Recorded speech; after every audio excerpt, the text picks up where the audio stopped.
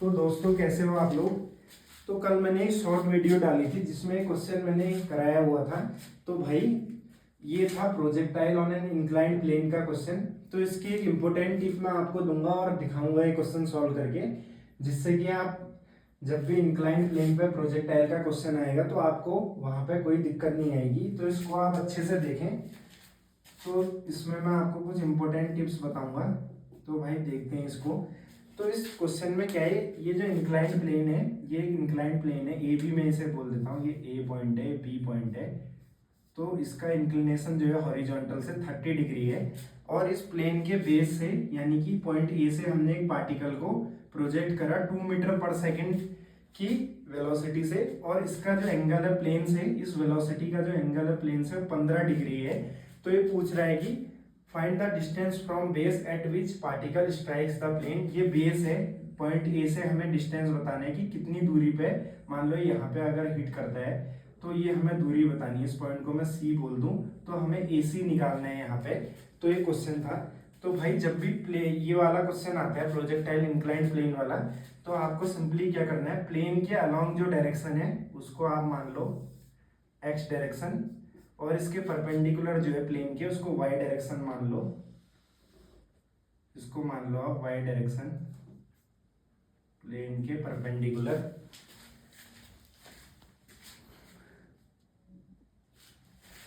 तो भाई ये एक्स डायरेक्शन मैंने मान लिया, वाई डायरेक्शन हमें पता है कि एक्सेलरेशन जो है ड्यू टू ग्रेविटी वो नीचे को लगता है जी जी। तो अगर इस प्लेन का एंगल हॉरिजॉन्टल से 30 डिग्री है, इधर पे ये एंगल था 30 डिग्री, तो इस प्लेन के जो परपेंडिकुलर यहाँ पे लाइन है ये ऐसे, इस एक्सेलरेशन का एंगल भी 30 डिग्री होगा। क्यों होता है मैंने आपको बताया था, क्योंकि प्लेन और हॉरिजॉन्टल के बीच का एंगल 30 है, तो इनके परपेंडिकुलर्स के बीच का एंगल भी 30 होगा। ये प्लेन है और ये हॉरिजॉन्टल है, इनका एंगल 30 डिग्री है। तो हॉरिजॉन्टल के परपेंडिकुलर आ गया वर्टिकल लाइन, और प्लेन के परपेंडिकुलर आई ये लाइन, तो इनका एंगल भी 30 डिग्री हो गया।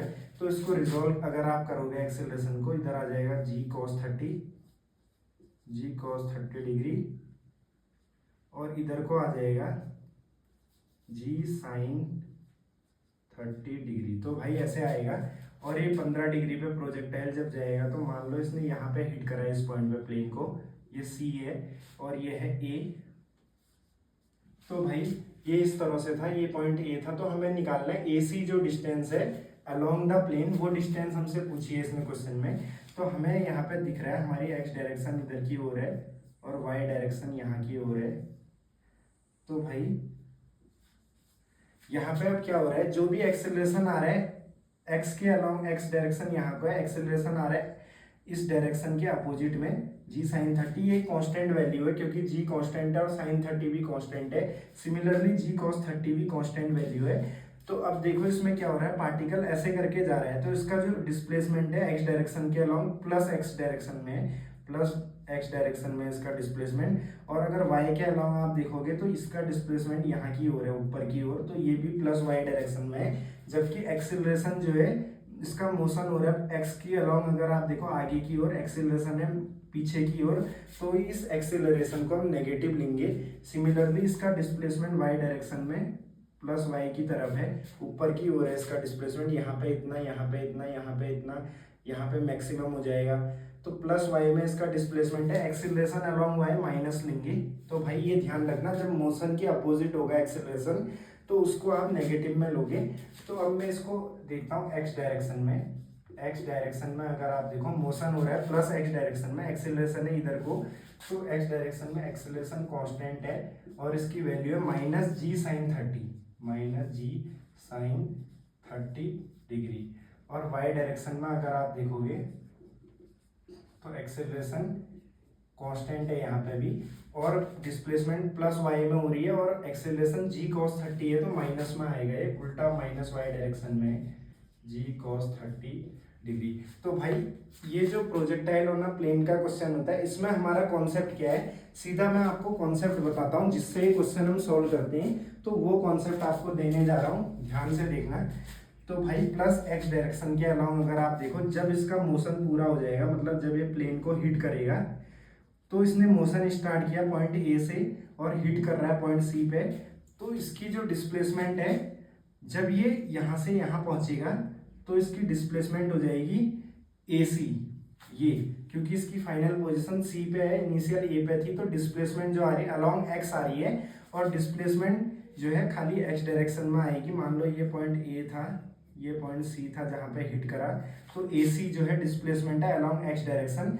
तो कंप्लीट मोशन में जो इसका वाई के अलोंग डिस्प्लेसमेंट है 0 हो जाएगा, यानी कि जब ये अपना टाइम ऑफ फ्लाइट पूरा करेगा। टाइम ऑफ फ्लाइट क्या होता है, जब तक ये हवा में था, तो यहाँ से ये हवा में था यहाँ तक, इस पॉइंट पे हिट करा इसने, तो यहाँ से यहाँ आने में जो टाइम लेगा उतने टाइम में इसका डिस्प्लेसमेंट एक्स के अलोंग हो जाएगा ए सी, और वाई के अलोंग इसका डिस्प्लेसमेंट है 0। तो भाई हम क्या करते हैं, सिंपली वाई डायरेक्शन की इक्वेशन लिखते हैं, Y is equal to U Y into T, और एक्सेलरेशन इसका ये है plus half A T square होता है, तो प्लस हाफ एक्सेलरेशन है वाई के along minus G cos 30 into T square. तो हमें पता है जब टाइम इसका हो जाएगा टाइम ऑफ फ्लाइट के इक्वल कैपिटल टी, तो उस कंडीशन में इसकी डिस्प्लेसमेंट वाई के अलोंग 0 हो जाएगी, क्योंकि इसका पूरा डिस्प्लेसमेंट ए सी है, यानी कि एक्स एक्सिस के अलोंग है। तो वाई के अलोंग डिस्प्लेसमेंट 0 अगर मैं पुट करूं तो मुझे यहाँ से टाइम ऑफ फ्लाइट की वैल्यू मिल जाएगी, you I into capital T में इसे मान लेता हूँ, माइनस जी कॉस 30/2, और ये आ जाएगा कैपिटल टी स्क्वायर। तो भाई इसको हम जब निकालेंगे तो हमारा यहाँ से हमें टी मिल जाएगा, ये आ जाएगा g cos 30/2 into T is equal to U I, ये ऐसा मिल जाएगा। तो यहाँ से टाइम ऑफ फ्लाइट की वैल्यू आ जाएगी 2u/g cos 30 डिग्री। तो सिंपली हमें कुछ नहीं करना है, इस टाइम ऑफ फ्लाइट को अगर आप x वाली इक्वेशन में पुट करोगे तो उससे आपको डिस्प्लेसमेंट मिल जाएगा, क्योंकि ये जो इक्वेशन है डिस्प्लेसमेंट की होती है। तो x के अलोंग हो जाएगा initial velocity along x direction ux into capital T आएगा, क्योंकि टाइम ऑफ फ्लाइट पे हमें ए सी मिलेगा, तो हमें डिस्टेंस बताना है जहाँ पे हिट कर रहा है। तो जब ये हिट कर रहा है कितना टाइम ले रहा है यहाँ से लेके यहाँ तक जब प्रोजेक्टाइल आया, और इसी को हम बोलते हैं टाइम ऑफ फ्लाइट, यानी कैपिटल टी टाइम में ही ये डिस्टेंस ए सी बन रही है, जिसको ये हिट कर रहा है पॉइंट सी पे। तो ए सी जो इसकी डिस्टेंस है वो हमें निकालनी है, और उसका जो टाइम है वो टाइम ऑफ फ्लाइट के बराबर है, plus half A Y into T square हम रखेंगे। Acceleration in X direction, sorry A Y नहीं ए एक्स। तो एक्सेलरेशन जो एक्स डायरेक्शन में, मोशन इसका हो रहा है इधर की ओर एक्स की डायरेक्शन में, अगर आप मोशन देखो तो पॉजिटिव एक्स में हो रहा है, एक्सेलरेशन है माइनस एक्स में, तो इसको आप रखोगे माइनस जी साइन 30 इंटू टी स्क्वायर। तो भाई अब आप क्या करो, यहाँ से वैल्यू निकल के आ जाएगी x की, इस x को मैं बोलूँगा ए सी, क्योंकि टाइम ऑफ फ्लाइट पे इसकी जो x डिस्प्लेसमेंट है वो ए सी के बराबर है। जब टाइम को हम रख रहे हैं कैपिटल डी, तो ये ए सी ही हमें निकालना था इस क्वेश्चन में।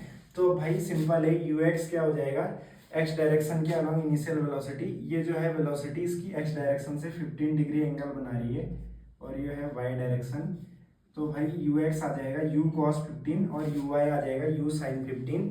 तो आप सिंपली क्या करोगे, टी की वैल्यू को पुट कर दोगे इस क्वेश्चन में, और जब आप टी की वैल्यू पुट करोगे, सारी चीज़ें नोन है यहाँ पे, यू आई हमें पता है, और ये जी तो पता ही है, दे रखा है 10 मीटर पर सेकेंड स्क्वायर। यू एक्स जो हो जाएगा वो हो जाएगा 2 cos 15। तो ये वैल्यूज को आप पुट करोगे तो ए सी की वैल्यू निकल के आएगी 19.5 समथिंग आएगी, 52 या कुछ ऐसे। तो ये अप्रोक्सीमेटली इस ऑप्शन में कहाँ मैच कर रहा है, 20। तो भाई इसका राइट आंसर हो जाएगा ऑप्शन बी। तो इसका आंसर 20 सेंटीमीटर आएगा। जब आप यहाँ पुट करोगे तो इसके हिसाब से 0.2 मीटर निकल के आ रहा होगा इस इक्वेशन के हिसाब से, क्योंकि यहाँ पे आप जो भी वेलोसिटी गिवन है मीटर पर सेकंड में, और टाइम जो है यहाँ से इस इक्वेशन से आएगा सेकंड में, तो आपको यूनिट्स का भी ध्यान रखना है। यहाँ पे 0.2 मीटर ही निकल के आएगा, तो ऑप्शन के हिसाब से आपको कन्वर्जन करना है। तो 0.2 मीटर यानी कि 20 सेंटीमीटर, तो ऑप्शन बी इसका करेक्ट आंसर हो जाएगा। ये मैंने कल शॉर्ट वीडियो में डाला हुआ था क्वेश्चन, लेकिन projectile on incline plane topic इसके साथ ही खत्म हो जाएगा। इसका क्वेश्चन जो है इसी टाइप का आएगा। सिंपली इसका जो कॉन्सेप्ट है वो मैं आपको बताने आया था इस वीडियो में। तो कॉन्सेप्ट इसका यही है कि जब भी ये प्रोजेक्टाइल ऑन इंक्लाइन प्लेन का क्वेश्चन है तो आपको क्या करना है, जब जितना टाइम इसने यहाँ से यहाँ हिट करने में लिया उस टाइम पे अगर आप देखोगे टोटल डिस्प्लेसमेंट जो है एक्स के अलोंग चली जाएगी और वाई के अलोंग डिस्प्लेसमेंट जीरो हो जाएगी। तो हमें सिंपली कुछ नहीं करना है, वाई को जीरो रखना है। तो कैपिटल टी की वैल्यू मिल जाएगी टाइम ऑफ फ्लाइट की। टाइम ऑफ फ्लाइट जब ये पूरा करेगा तो इसकी total displacement along x direction आएगी और वाई डायरेक्शन में जीरो डिस्प्लेसमेंट आएगी। कब? जब टाइम को आप रखोगे time of flight capital T, तो कैपिटल टी की वैल्यू यहाँ से मिल जाएगी और एक्सीलरेशन को रिजॉल्व कर लेना है एक्स और वाई डायरेक्शन में। और equation of uniformly accelerated motion हम लगा रहे हैं क्योंकि एक्सीलरेशन कांस्टेंट है, एक कांस्टेंट वैल्यू है ये दोनों। तो इस इक्वेशन में आपको फिर कैपिटल टी पुट कर देना है, तो आपको मिल जाएगा AC या फिर इसकी जो रेंज है, इस इंक्लाइंड प्लेन पे प्रोजेक्टाइल जब होगा तो रेंज इसकी जो होगी वो होगी जहाँ से इसको हमने प्रोजेक्ट किया था वहाँ से लेके जब ये प्लेन को हिट करेगा तो वो डिस्टेंस इसकी रेंज हो जाएगी। तो इसको रख के आपको रेंज मिल जाएगा। और रेंज क्या होती है इस केस में? डिस्टेंस फ्रॉम द बेस या फिर डिस्टेंस फ्रॉम प्रोजेक्टेड पॉइंट, जिस पॉइंट से आपने इसको प्रोजेक्ट किया था पार्टिकल को, उससे लेके जहाँ पे हिट करेगा तो अलोंग द प्लेन वो दूरी वही रेंज होती है। तो वही पूछा था इस क्वेश्चन में। तो क्वेश्चन पूछने के भी अलग अलग तरीके हैं भाई।